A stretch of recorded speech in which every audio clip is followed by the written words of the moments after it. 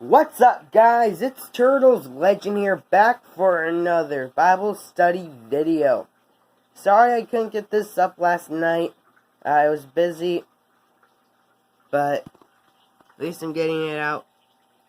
Today we're going to be in chapter 3, from verse 1 to the end. And I'm going to be doing what we usually do. So watch till the end, and, I hope this helps you. So let's get started. My son, do not forget my teaching. Keep my commandments in your heart. Let me try something. So, my son, do not forget my teaching. Keep my commandments in your heart. They will help you live for many years. They will bring you peace and success.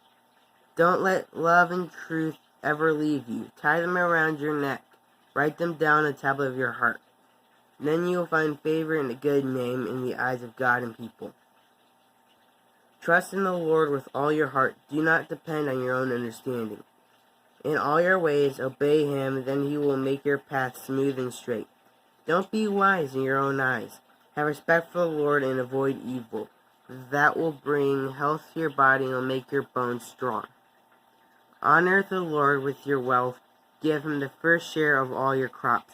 Then your storerooms will be so full they can't hold everything. Your huge jars will spill over with fresh wine. My son, do not hate the Lord's training. Do not object when He corrects you.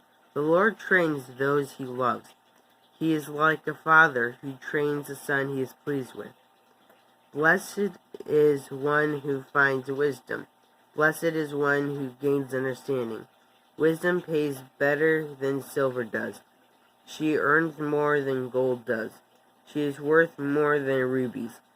Nothing you can compare with her. Nothing you want can compare with her. Long life is in her right hand. In her left hand are riches and honor. Her ways are pleasant ways. All her paths lead to peace. She is a tree of life. Those who take hold of her. She's a tree of life to those who take hold of her. Those who hold her close will be blessed. By wisdom the Lord laid the earth's foundation. Through understanding He set the heavens in place. By His knowledge the seas were separated and the clouds dropped their dew. My son, do not let wisdom and understanding out of your sight. Hold on to good sense and understanding of what is right. They will be life for you. They will be like a gracious necklace around your neck. Then you will go on your way in safety.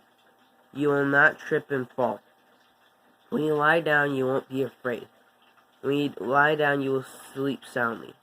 Don't be terrified by sudden trouble. Don't be afraid when sinners are destroyed. The Lord will be at your side. He will keep your feet from being caught in a trap. Don't hold back good from those who are worthy of it. Don't hold it back when you can help. Suppose you already have something to give. Don't say to your neighbor, "Come back tomorrow, I'll give it to you then." Don't plan to harm your neighbor. He lives near you and trusts you. Don't bring charges against anyone for no reason. They have not harmed you. Don't be jealous of a person who hurts others. Don't choose any of their ways. The Lord really hates sinful people, but He makes honest people His closest friends. The Lord puts a curse on the houses of sinners. He blesses the homes of those who do what is right. He makes fun of proud people who make fun of others, but He gives grace to those who are humble and treated badly. Wise people receive honor, but foolish people get only shame. So, now, the first passage that really stuck out to me there was actually the first passage there. It says, "My son, do not forget my teaching. Keep my commandments in your heart. They will help you live for many years. They will give you peace and success." So the first thing you have to know before you understand why this passage is kind of stuck out to me is Solomon was the wisest man who will probably ever live. That's the gift God gave him. So he knows what he's talking about. And so, if you listen to God, some of his stuff is like, even the commandments in the Old Testament, the reason why you weren't allowed to eat certain meats is because of the fact that they didn't know how to cook it correctly. So there was a big chance you get infected. And that you could die from eating that stuff. So lots of this stuff was just knowledge that people didn't really know about. That's why he's doing it. So some of the stuff that God tell you can actually help you live a long time. He wasn't just, obey my commandments because that's what I want you to do. He was actually telling us to obey his commandments because he loves us and he wants us to have a good life. So he's kind of saying that's why the commandments are there, and that's why the rules are there, and that's why he wants you to listen to them. Second passage that stood out to me is, don't be wise in your own eyes. Have respect for the Lord and avoid evil. That will bring health to your body. It will make your bones strong. So again, this guy is wise. So he knows that, and he's saying, if you listen to God, he will bless you. And I think I've heard of this study where people who, listen to God, they usually have, less, there's actually people who are not Christians and they'll live a Christian life. And some of them will actually live a longer life than most people. And so, it's proof that God blesses people who follow his path. But it's not just, the blessing, it's also,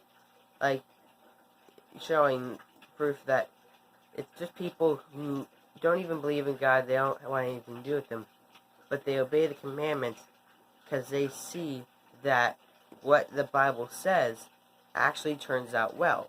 Like how some of the commandments are to keep you healthy. Now, the third spot that stood out to me is, honor the Lord with your wealth. Give him the first share of your crops. Then your storerooms will be so full they can't hold everything. Your huge jars will spill over with fresh wine. So what that is saying is, like how, with church you'll get tithe. Saying that's an important part. See, when you get your money, that money came from God, firstly. Because everything in the world is his, that he has given to you for you to enjoy. So it's important for us to give some of our stuff back to him so he can bless others. Kind of like when you give to the church, you're helping the church keep going to teach other people and you about Christ. And he will bless you for doing that.